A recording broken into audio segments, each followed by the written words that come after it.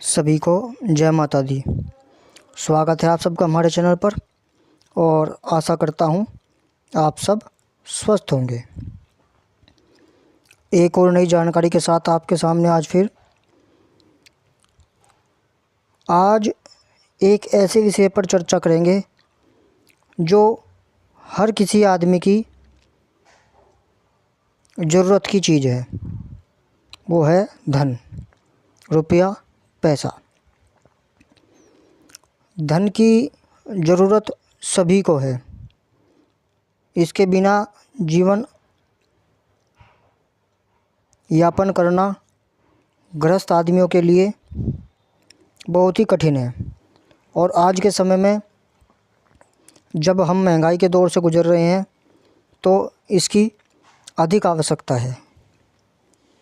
धन की कमी को लेकर पहले ये समझते हैं कि धन की कमी के हमारे पास कारण क्या है। ये हर आदमी को समझना चाहिए। व्यापार नहीं है तो व्यापार की तरफ बढ़ना चाहिए। रोज़गार नहीं है, रोज़गार करना चाहिए, या कहीं जॉब या सर्विस करनी चाहिए, चाहे वो प्राइवेट ही क्यों ना हो। लेकिन कई बार सब कुछ करने के बाद भी हमारे पास धन नहीं जुड़ पाता। कमाते भी हैं तो धन नहीं जुड़ पाता, या व्यापार है, दुकान है, काम नहीं चल रहा। एक ग्राहक आ गया, दो ग्राहक आ गए, किसी दिन नहीं आए। या हमारे पास व्यापार भी अच्छा चल रहा है, सब कुछ अच्छा चल रहा है, उसके बावजूद भी धन इकट्ठा नहीं होता। क्या कारण है और क्या है इसका निवारण, चलिए जानते हैं आज के इस अंक में।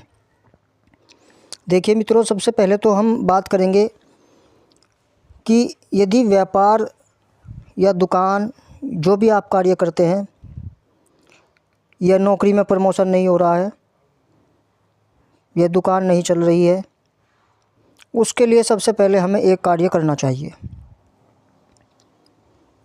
कई बार किसी न किसी वजह से या किसी अन्य व्यक्ति के द्वारा हमारे व्यापार का बंधन करा दिया जाता है।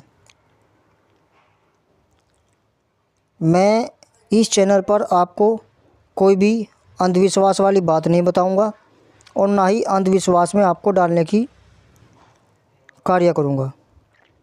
आज के समय में पढ़े लिखे नौजवान या कुछ अन्य लोग भी इन बातों को नहीं मानते कि क्या किसी के व्यापार का बंधन किया जा सकता है या किसी का व्यापार बंद कर दिया जा सकता है। लेकिन वास्तविकता ये है कि ऐसे भी कुछ कार्य संभव हैं जिनके द्वारा व्यापार भी बंद हो जाता है। तो सबसे पहले हमें उपाय करना है उनके लिए जिनके व्यापार तो हैं लेकिन चल नहीं रहे हैं, बंद हैं। ग्राहक आ गए, एक या दो ग्राहक आ गए, फिर कोई ग्राहक ही नहीं आता। मुश्किल से 500, 200, 400, 1000 रुपये इकट्ठा कर पाते हैं शाम तक। तो उनके लिए ये उपाय है। सुनिए, सबसे पहले ये उपाय करना क्या है आपको। इसके लिए आपको अपने प्रतिष्ठान पर प्रतिदिन सुबह जब आप अपने प्रतिष्ठान पर पूजा पाठ करते हैं तो नित्य प्रतिदिन एक नियम बना लीजिए। नित्य एक हनुमान चालीसा का पाठ रोज़ करना है। एक हनुमान चालीसा का पाठ रोज़ करना है और अपने दुकान के पूजा घर में, जहां आपने पूजा का स्थान बना रखा है, उसमें एक छोटा सा तांबे का लोटा ले लीजिए, बहुत छोटा सा, जिसमें मुश्किल से 20, 30, 50 ग्राम जल आ सके। और उसमें आपको गंगा जल भरना है। सुबह के समय गंगा जल भरकर आप अपनी पूजा कीजिए और हनुमान चालीसा का पाठ कीजिए। और फिर उस गंगा जल को, उसमें से आधा अपनी पूरी दुकान में सुबह को छिड़किए और बचा हुआ आधा जल वहीं पर पुनः रख दीजिए। और शाम को फिर इस प्रक्रिया को दोहराएं।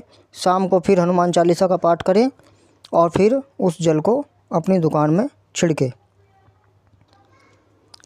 यदि गंगा जल की व्यवस्था, भाई देखो सब दूर दूर भी हैं, और गंगा जल की व्यवस्था अगर नहीं हो पाती तो साधारण जल रख सकते हैं, उसमें 1 या 2 बूंद गंगा जल की डाल लें। ऐसा करने से निश्चित तौर पर हनुमान जी आप पर कृपा करेंगे और आपके व्यापार में जो बंधन लगा है उसे हटाएंगे। आप हनुमान जी से प्रार्थना भी कीजिए और हनुमान चालीसा के पाठ को निरंतर जारी रखिए अपने प्रतिष्ठान पर बैठकर। ये तो हुआ यदि व्यापार बंद है तो। उसके बाद अब आपको एक उपाय करना है, वो करना है आपको अपने घर पर ही। धन की देवी माता महालक्ष्मी जी को माना जाता है और वही हैं, और माता महालक्ष्मी ही धन की वृद्धि भी करती है और धन को प्रदान भी करती है। तो इसके लिए आपको शुक्रवार के दिन ये कार्य आपको शुरू करना है। शुक्ल पक्ष से शुरू करना है आपको। तो शुक्रवार के दिन शाम के समय या सुबह के समय आप अपने घर में खीर अवश्य बनाएं।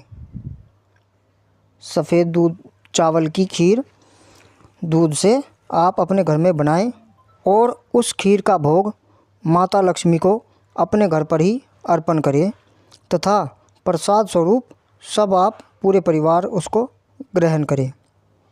इससे कहीं ना कहीं आपके पास जो धन की रुकावट होगी, जो माँ लक्ष्मी की कृपा की कमी होगी, वो आपको मिलनी शुरू हो जाएगी। एक उपाय और, पूर्णिमा के दिन, पूर्णिमा आती है मंथ में एक बार, महीने में एक बार पूर्णिमा आती है। पूर्णिमा के दिन श्री सत्यनारायण भगवान की कथा अपने घर में ज़रूर करें। यदि हो सके तो व्रत भी रख सकती हैं, महिलाएं रख सकती हैं, यदि पुरुष नहीं रख सकते तो अपने घर में पूर्णिमा के दिन कथा श्री सत्यनारायण भगवान की ज़रूर करें। उसमें आटे का प्रसाद बनाया जाता है। आटे को भूनकर उसमें थोड़ी बूरा मिला दी जाती है और उसमें केले का प्रसाद भगवान लक्ष्मी नारायण को आप समर्पित करें, धूप दीप करें। कथा करने का सबको पता ही होगा, स्वयं कर सकते हैं। ये नहीं है कि किसी पंडित या विद्वान को बुलाने की आवश्यकता है। इसके लिए मैं आपको सूक्ष्म रूप से बता भी देता हूँ।